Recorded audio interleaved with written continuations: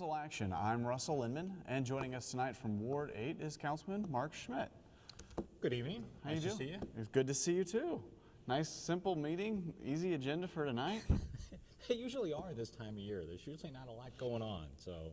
Well, one exciting piece, public hearings, we brought up the kind of a redevelopment of a building right on Lindbergh, near New Halls Ferry, the Leslie Pool building. Yeah, the old Leslie Pool building. I guess they closed and went out of business, or at least closed that location.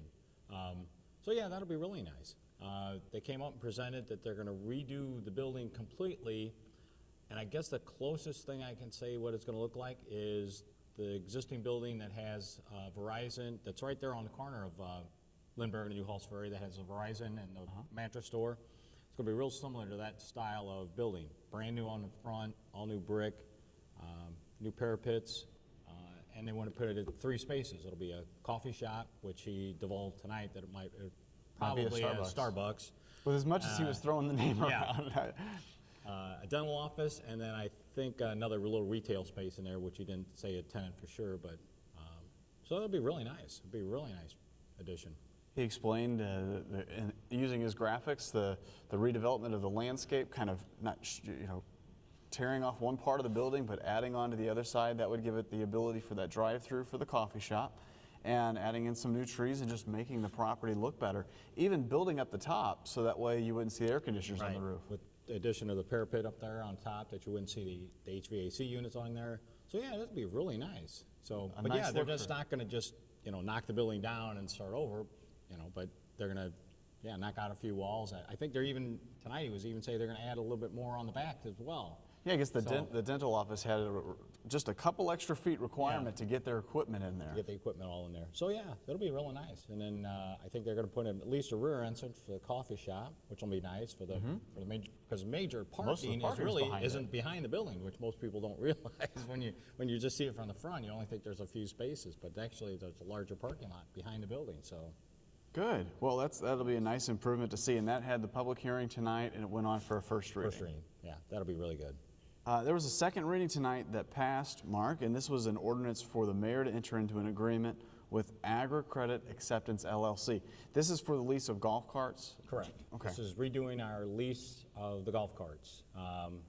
And the final bill, it was a substitute bill as well. A few numbers changed, but this will finally get us to a point where now we can get a new fleet of golf carts in, and we'll be in good shape for this.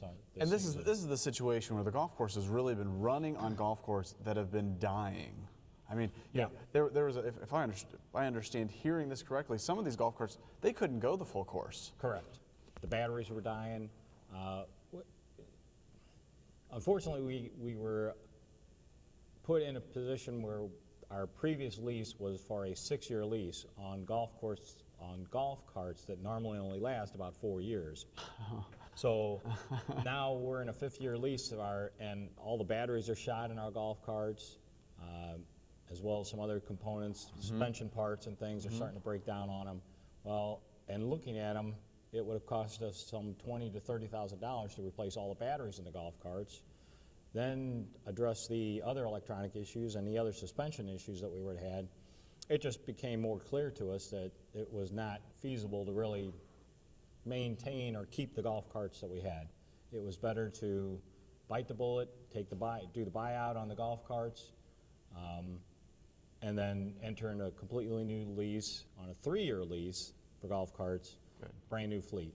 So 80 new golf carts plus another 10 miscellaneous vehicles. So it'll be much nicer for our golf course, and our participants and players. And a 3-year lease for equipment that should last a full good 3 or 4 years. Makes a lot more sense. Yes. Good. Well, that passed tonight. That went smoothly. Board appointments, there was a few. This is a time where the council gets to nominate those citizens to serve on different committees. Yeah, most of the time it's reappointments. Their individual terms are up, so a lot of them are for reappointments. I had one this evening, one for the Citizens Participation Committee.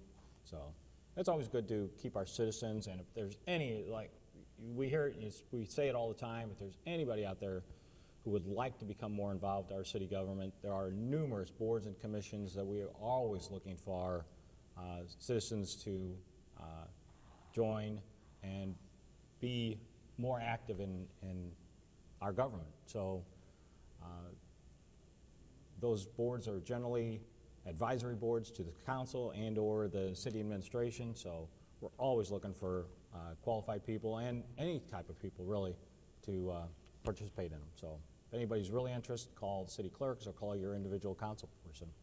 Well, Mark, coming here tonight, going through a little bit of the slushy, snowy, rainy mix, you wouldn't guess it's spring. But this item and request, this tells us that it's spring. We've got a request for 4 hens. That's right. And that's how we know it's springtime here in Florissant, when we've got more hen requests for chicken coops. Exactly. Yeah. More people are coming up for to keep their own hens and produce their own eggs. That's right. Well, while the winter was here, we got to kind of keep those off the agenda for a little while. But we know it's back, even though there's some snow in the air tonight. Now, this was for 4 hens, and the health department recommended approval, so no big deal. Yeah, I don't think it was a problem at all.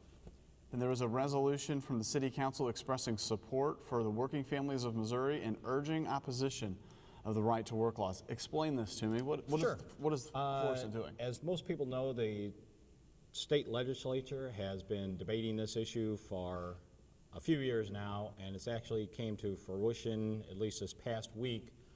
It was brought to a vote on the House floor. It did fail. However, I don't think it's done. The Republican-led legislature is insisting that this would be a great thing for the state of Missouri to become a right-to-work state. Many of us, myself included, feel it would be a wrong road to go down to, as well as the city council. As well as many other city councils across the state have adopted these resolutions as well, to urge the legislature to not push this agenda on the working families of Missouri. So it's an ill-conceived and has proven not to do what the proponents have said it will do, and that's bring jobs to the state. It does not. That's proven in the states that it's already in, that new jobs are not created. So. Okay. And that's just the city kind of banding together, and this is our letter of intent. Right. It's just a resolution that we send, and we are in support of not supporting right to work. So. Okay. In support of not supporting.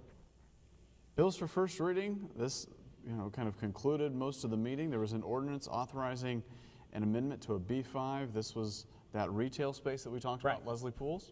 Yeah, it's the first reading of the bill from the public hearing of the retail, And there was an ordinance assigning easement rights to the Metropolitan Sewer District for the installation and maintenance of sewers within the Grandview Meadows. Yeah, this one I didn't read until more of the meeting, and I didn't really understand what it was after. After reading the background information that we did receive, I understand a little bit better.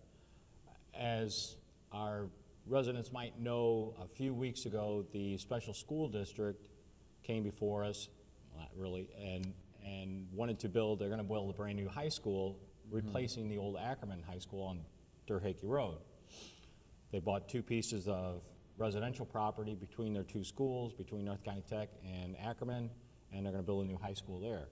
This easement really pertains to that new high school, so that they can hook up the sewer lines, have to be connected to the sewer lines that are in Grandview 2 Meadows subdivision, which is directly behind basically that, and to the, I guess that would be to the east of the school.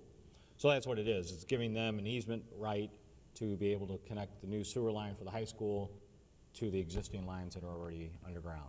So. Excellent. The last first reading was an ordinance authorizing the naming of the Florissant Police Station, and it's going to be named the Robert G. Lowry Senior Law Enforcement Center. That passed with 3 votes tonight. Yeah, we decided to go ahead and pass with the 3 readings tonight. This is something council's been talking about for probably a year or so, and we knew we didn't want to do it in the fall. We didn't want to do it in the wintertime. We figured spring would be a little bit better time to do it. This is just the bill to name it. There will be dedication ceremony, and all that will happen. I'm sure probably in the next month or so you'll see that we'll figure out a date and when to do it. But I think this was a great idea. Former Mayor Lowry, former Chief Lowry, served this city for 5 decades as a police officer, chief of police, and then as our mayor for 6 years.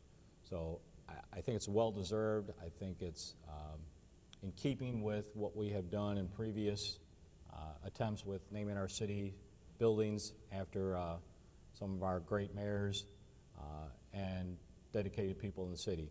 You know, Mayor James Egan with the Egan Center. So I think it's well-deserved, and usually you say, well, usually we do this posthumously. Well, in a lot of cases that's true. However, it's a great honor for when the person is still living and can actually participate and enjoy the honor himself. So that's why we decided to go ahead and do this now. So Terrific. Council announcements. This started off with a different twist because we've got a couple of our council members that this would be their last meeting. yeah, with the recent election, with the 4 races, mine I was unopposed, so I didn't have a problem, but the other 3 races, 2 of them were definitely had opposition, and actually the incumbent